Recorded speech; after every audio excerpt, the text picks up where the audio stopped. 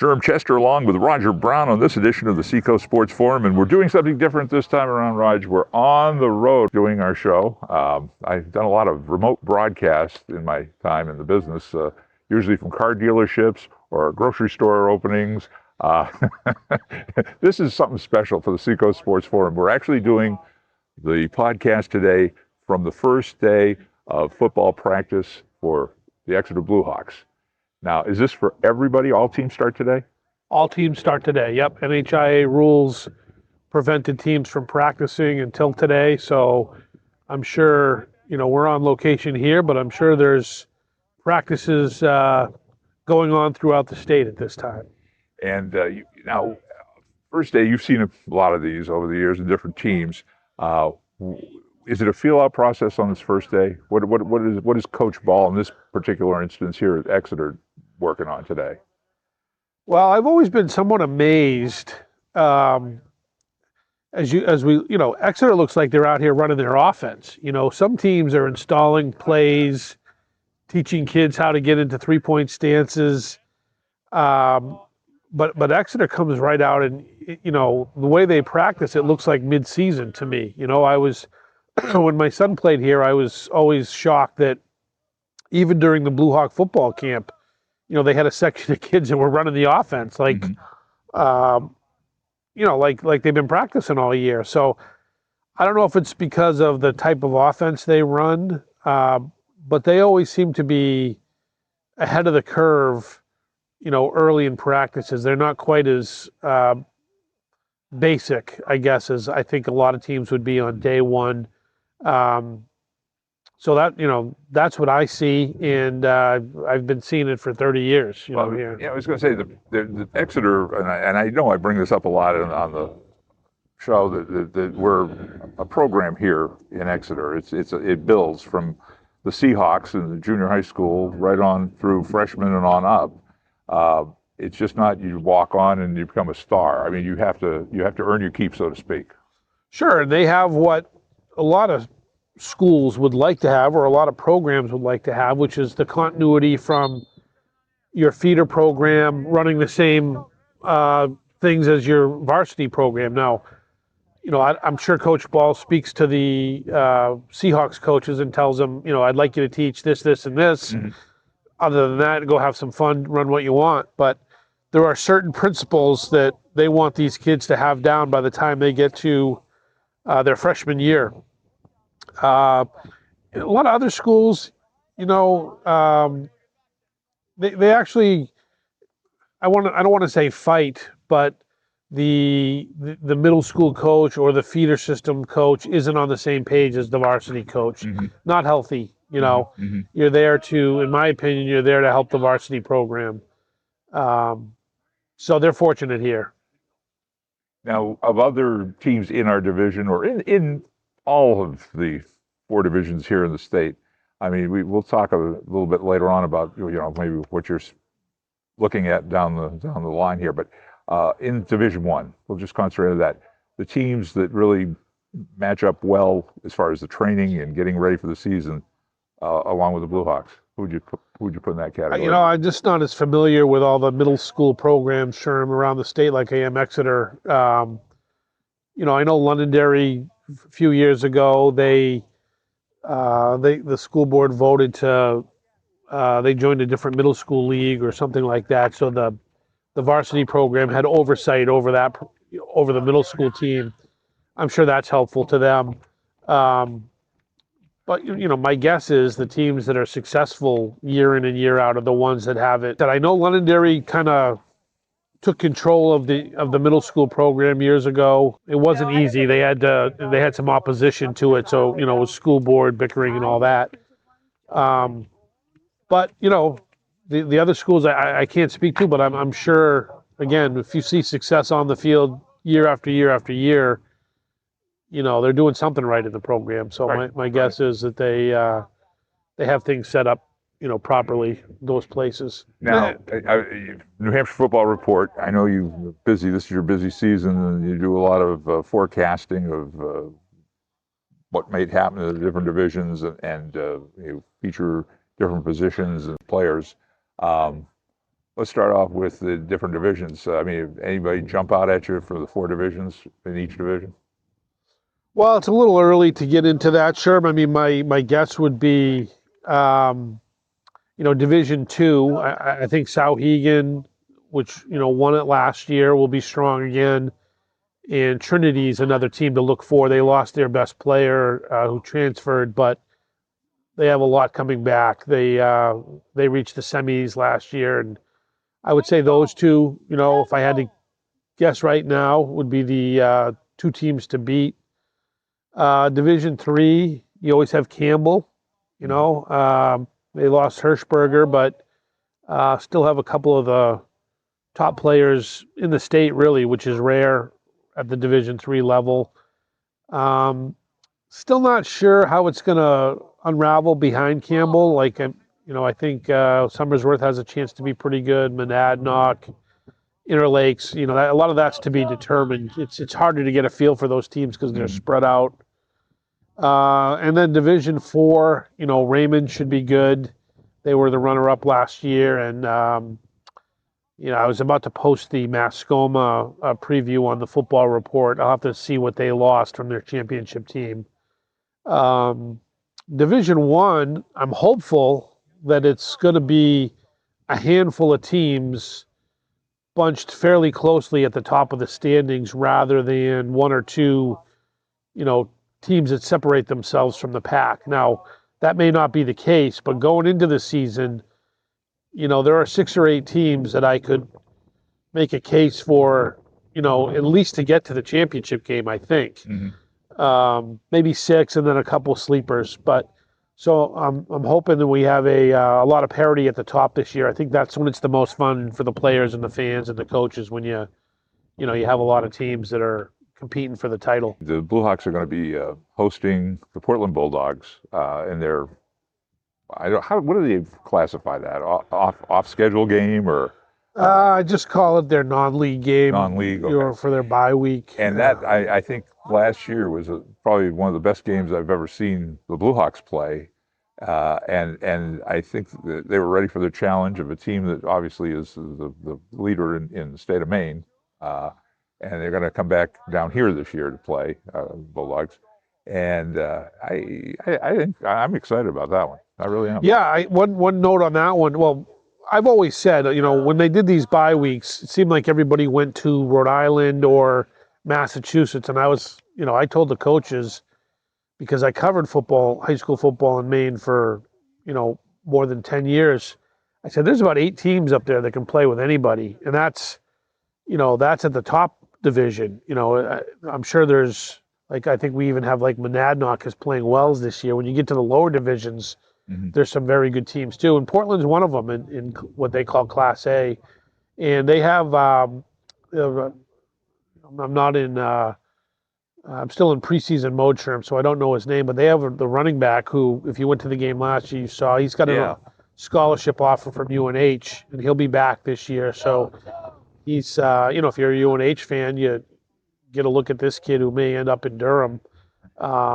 They had a coaching change in the offseason, but I would expect Portland to be, one of the better teams in the state again this year.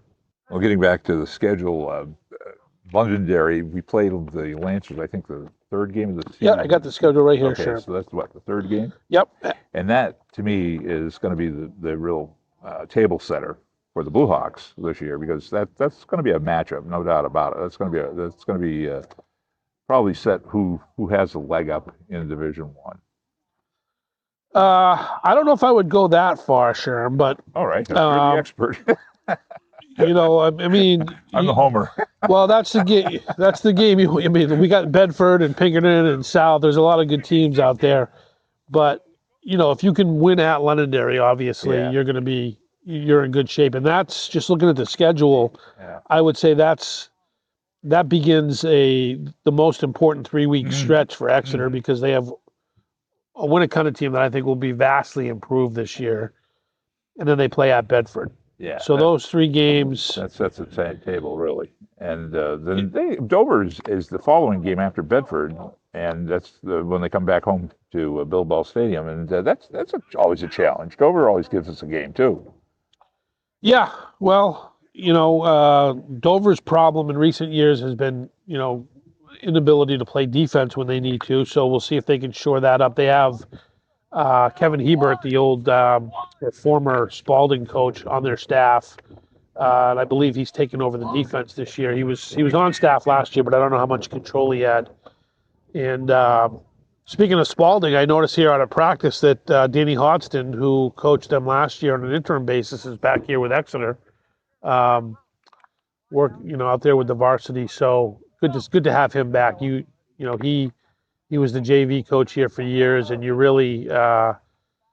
Not that he doesn't help out of varsity. I'm sure he does tremendous job there, but you couldn't ask for a better sub-varsity head coach than Danny. Looking at it, just digress from the schedule for a second. I'm just looking out on the field at these guys going through their playbook and it's all passes, Sherm. Yeah, it's all passes. So far we're passing. I noticed that too. But I'm looking at the coaching staff. I mean, that's one thing about Exeter. It's the consistency of the coaching staff. Yep. And Bill Ball gets guys that work with him, that have a feel for what he wants and can relate it to the kids. So it's not all on the head coach's shoulders to be the total instructor. The guy that has to be the hard taskmaster, so to speak. Right? That's an excellent point. And, we could talk about this quite a bit. It's hard, coaching continuity is one thing that teams need to have success. And even if you do have a head coach in today's world, at least especially in the last couple of years, finding assistant coaches is becoming more and more difficult. Whatever the reason, you can parents or I don't have any surefire reasons for why that is, but I have coaches texting me asking if I could post information about they need staff members. So to your point, yes, not only do they have a great head coach here who's been here for many years, but he surrounded himself with an excellent staff. And you need a lot of guys. You do. Especially a program like this, any program really, but when you got, more than, 100 kids, you need a good right-hand man and maybe two or three of them really. And somebody that's subjective too, objective or subjective. I guess subjective is the word I'm looking for. That judges the players on their ability, not on whose kid they are. Well, yeah. I mean, if you're into that, you're never going to win. You're never going to win. You got no chance. I think Exeter's advantage most years is their, I guess you would call it depth throughout their, even their starters. Like they're I guess maybe call them average players are better than most teams' average players, I guess is what I'm saying.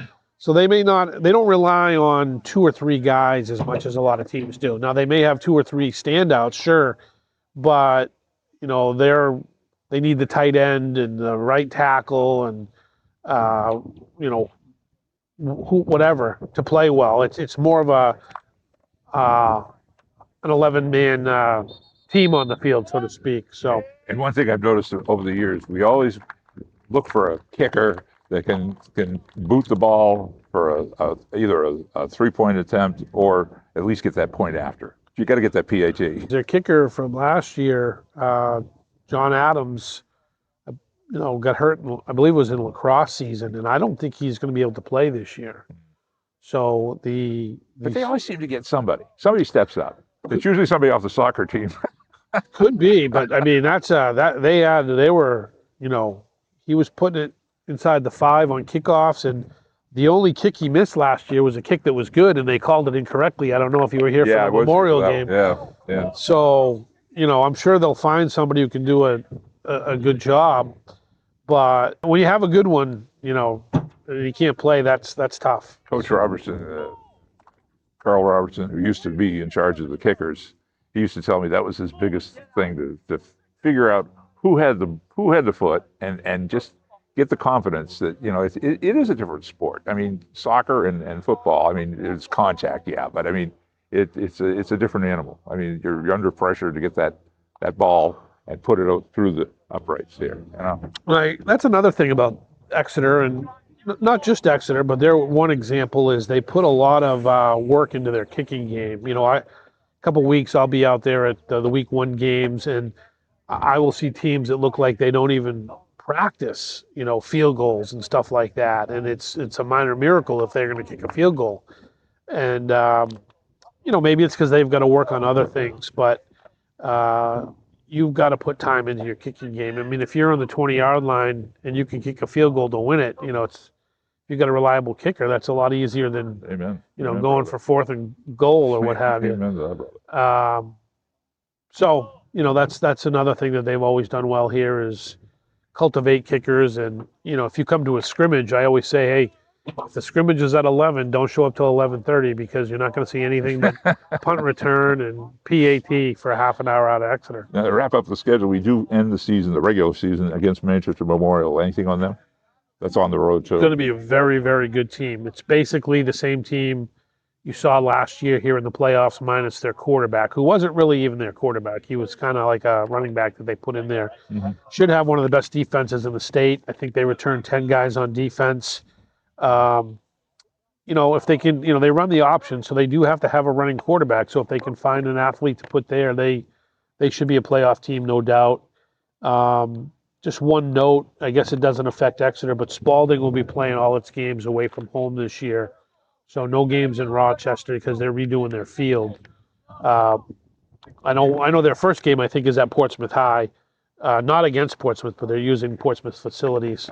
So maybe they might even be playing here on certain weeks when Exeter's not here. I don't know where else they've secured locations to play. Now, down in Durham, the Wildcats have been tuning up for a while, and they're getting ready for their season. Starts just a couple of weeks here. And what are you seeing? Yeah, very young team. I think they have one starter back on defense, 4 or 5 on offense. Offensive line should be good. That's one area where they've got a lot of experience. Running back, Miles Thomason's back. So the questions are at quarterback. They got a quarterback battle. And really on defense, where it's just 10 new faces. They do have some transfers in. I did a story on Raleigh Collins from West Virginia, transferred in. So, they've hit the portal a little bit, and hopefully they can fill some holes there. But we'll see in a couple of weeks what they have.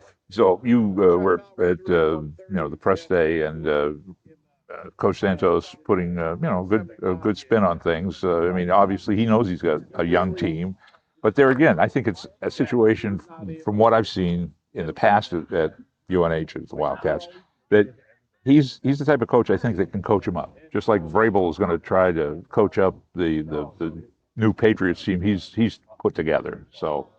Well, it's one thing to be young and not that talented. Young's not so bad if you got players, and he clearly thinks they have good players. I know. Even before this year, I was talking to their former defensive coordinator Garrett Gillick the end of last high school season actually, and he was very high on their 2 middle linebackers that were. I think they're going to be redshirt freshmen this year. He said they're going to be just fine.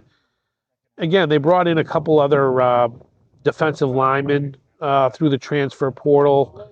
They have the one, again, Brendan Ty, I think, was hurt last year. He'll be kind of the quarterback of the secondary. This Collins from West Virginia, he didn't play last year, but obviously, I talked to him, and he kind of looked out of place because he's, just physically, he looks like he belongs at West Virginia, not at the FCS level. So, they lost Wande Owens last year, who transferred in from Yale. If Collins can come in and be anything like, what Owens was in terms of an impact player, that'll help out a lot. So, a lot to be determined there, a lot of questions. But yeah, well, and on their schedule, I mean, they do that national ranking thing.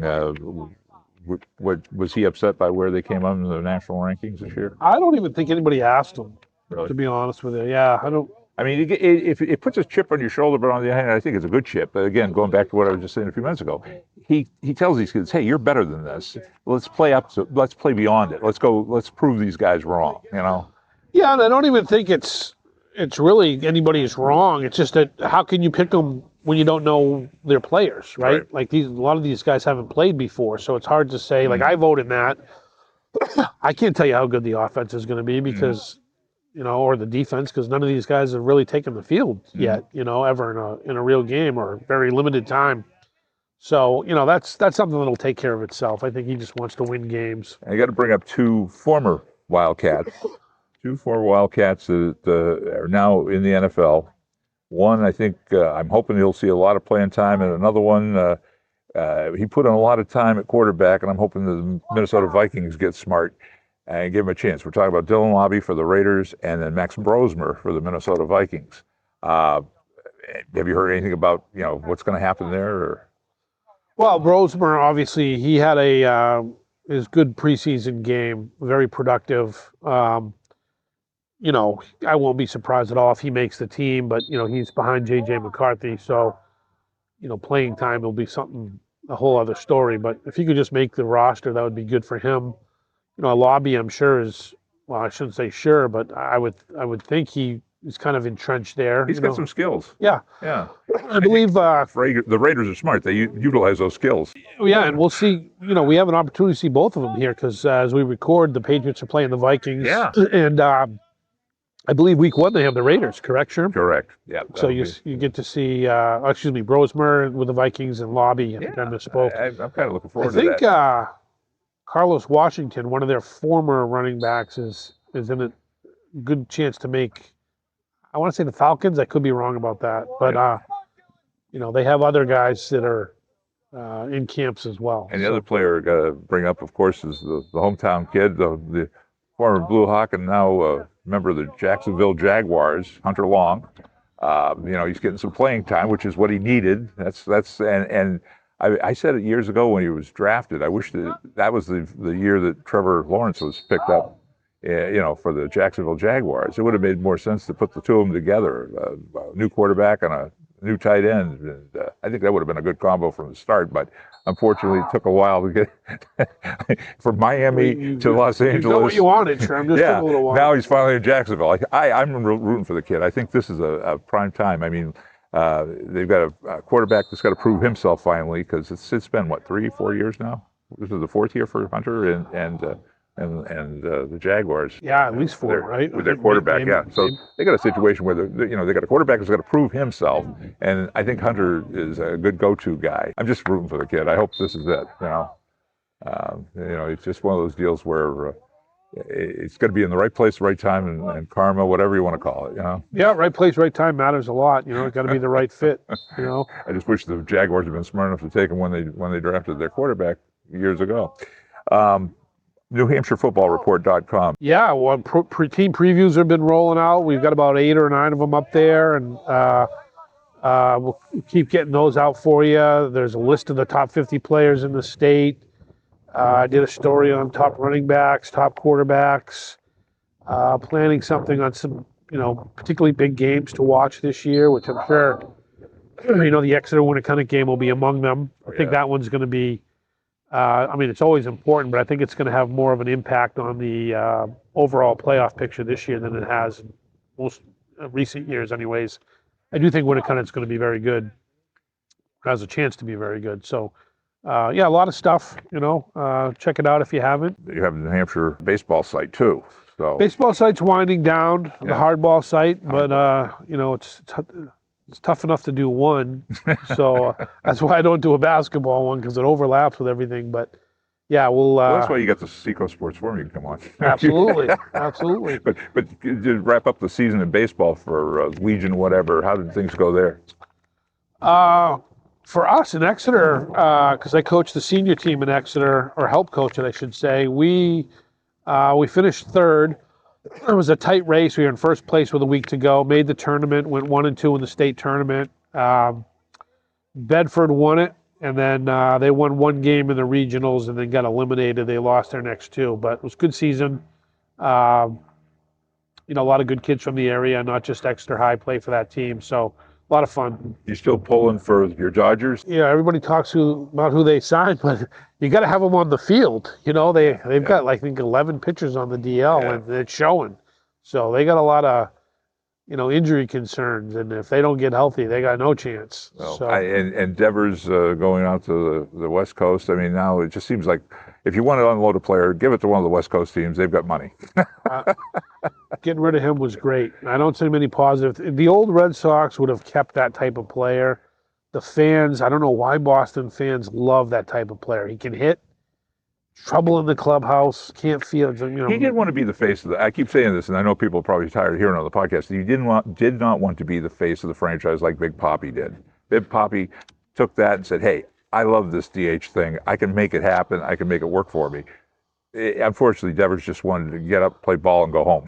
That was it. When I saw Devers, I put him in the same category as Vlad Guerrero at AA in New Hampshire. I said these two guys are both first basemen playing third base, and I stick to it. They weren't athletic, just could really hit, and they put him at third. Roman Anthony, now they just signed him to a big contract, and when I see him at the plate, I know I'm dreaming. I said to my buddy, I said, he reminds me a lot of a young... Oh, don't say it. Don't say it. No, I'm not going to say Teddy Ball Game. I'm going to say Yaz. I just see a lot of potential there. I hope that he does prove his worth. I hate it when they do load up these contracts up front, because usually there's an injury involved at some point and it jinxes it.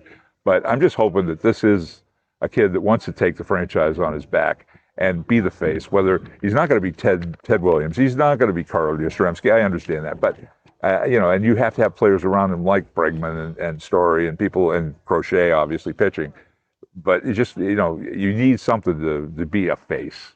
Yeah, I feel pretty confident from what I've seen that he's got a chance to be really, really special. I kept hearing about their great minor league system, but he's really the only one that's panned out, right? Like Meyer's been hurt, and I don't know that he's, even when healthy, how good he's going to be. Christian Campbell. Yeah, he didn't pan out. There's no pitching, right? And that's it. The pitching is going to be where it's going to, be the proof in the pudding, whether they get past or even into the playoffs. That's where, if everybody stays healthy, maybe. But Anthony looks good for sure. 2-minute drill, anything for that? Yeah. Well, looks like the ladies have their Blue Hawk cards here that they're going to distribute to the players. So buy your Blue Hawk cards. You know what? And I tell people it is worth it, because a lot of times you donate to a team and it's a raffle or whatever. But if you're out and about in the community, you go out to eat or whatever, you're going to make your money back times 10 easily on these cards. I think they're only $10. I would encourage people to buy one. Not only are you supporting the team, you're doing yourself a favor, because you're going to save money in pizza or there's all kinds of things on there. So. And we're not the only team. I know other teams in the Seacoast and throughout the state do this, and it's a heck of a good fundraiser. Like you say, it benefits a lot of businesses and then the teams. My 2-minute drill. I just want to say this was fun. This is our 151st episode podcast of the Seacoast Sports Forum. So to do it on location from Bill Ball Stadium, first practice of the season, and then hey, good things coming up. I'm rooting for everybody. Yeah, I think it's better to get out here on location, do a little remote. My dream is to be able to do a remote podcast from a lanai somewhere in Hawaii. I hope I'm with you. Hey, we'll do a Seacoast Sports Forum road trip. I'm in. All right. On behalf of Roger Brown, this is Sherm Chester inviting you to join us for the next edition of the Seacoast Sports Forum.